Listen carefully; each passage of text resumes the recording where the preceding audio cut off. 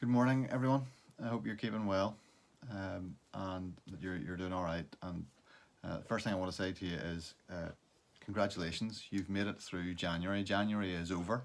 The longest and most difficult January probably any of us can ever remember, but you've got through it, and we're into February now. And hopefully things will start to get better as the weeks and months go on. Just also a reminder, midweek is on 7:30 on Wednesday night through Zoom. The link is in the newsletter, which if you've got that through email, that should be there. I'll also send it out in the WhatsApp group as well. Also, I should make an apology, which is that for those of you who use the Tides devotions from PCI, I'm sorry that you're getting a double dose of me if you're watching these videos as well. But what's actually very strange about that this week and today in particular is that the passage we're looking at from Mark contains the same parable as the passage from Matthew that's in the Tides devotion this morning. So God must be saying something to us through this parable of the mustard seed.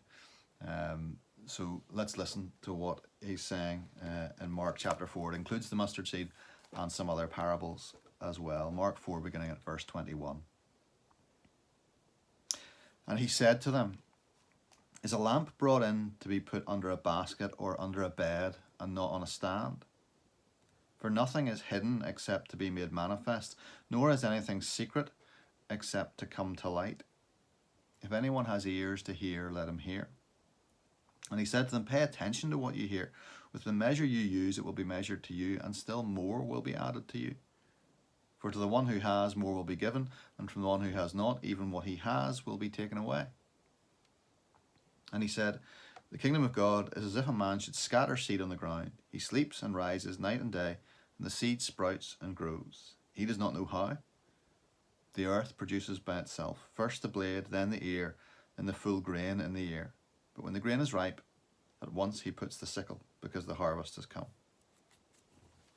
And he said, "With what can we compare the kingdom of God? Or what parable shall we use for it? It's like a grain of mustard seed, which when sown on the ground is the smallest of all the seeds on earth. Yet when it is sown, it grows up and becomes larger than all the garden plants, and puts out large branches, so that the birds of the air can make nests in its shade."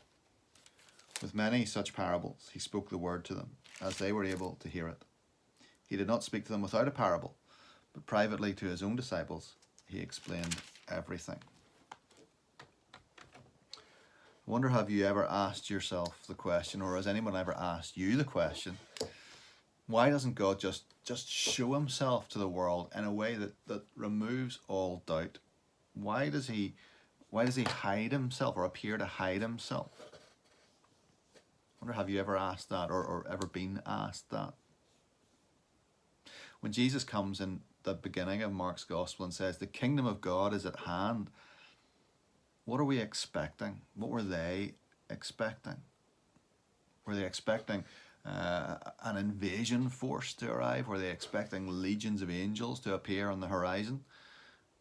Or to come down from the sky? Were they expecting something akin to what you might see in a science fiction movie? What were they expecting? And what did they get? What do we get? Jesus comes saying the kingdom of God is at hand, and the kingdom of God comes in preaching, in parables, in healings, and in hiddenness. Jesus telling people not to go and spread the word just yet. What we see in this kingdom of God that Jesus brings is God hiding himself, if you like, in human flesh. There was nothing about Jesus in his human flesh that was special. Isaiah said there wouldn't be. Isaiah said there would be nothing that we would be attracted to in him. He wasn't special just to look at as a man. God was hidden in what seemed to be just the flesh of an ordinary man. One day, to be revealed to all as King of Kings, as Lord of Lords, as the Son of Man. Now, in these passages, revealed to some people, and they need to pay attention to what they're seeing, what's being explained to them. They need to pay attention to the parables that are being told them, because in those parables, things about Jesus are being revealed to them. The light is being shone, the cover is being taken off the lamp, and people are beginning to see it. But it won't always be obvious. And God's kingdom growth won't always be obvious. Just like watching the grass grow, you don't see anything happen. But you come back from one day to the next, or 1 week to the next, and the grass has grown. God's kingdom growth will not be obvious, but you will see the results. You will see what happens. God's kingdom will not seem powerful at first. In fact, decidedly the opposite. It will seem powerless.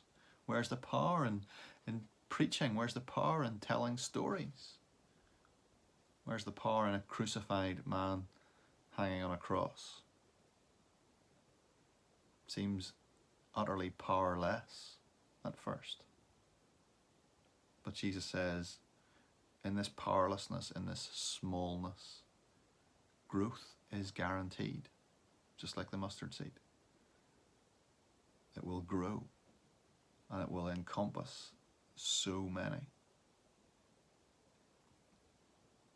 This is hugely encouraging. I hope you find it encouraging, because what it tells me is that no matter how hostile the world is, no matter how dark and difficult things might be, and things are dark and difficult at the moment, but no matter how difficult things might be, God's kingdom is at work. At work in small ways, at work in ways that not everybody sees, but at work in ways in which, if we pay attention, as Jesus calls his disciples to pay attention, if we pay attention, we will see the results. God's kingdom hasn't stopped working. It hasn't stopped working because there's a pandemic. God's kingdom is continuing to grow. We need to pay attention to where it's growing, to what he's doing, and to how we can join in with him on that kingdom growth. Ask him to show you where his kingdom is growing today, and join him in that. God bless.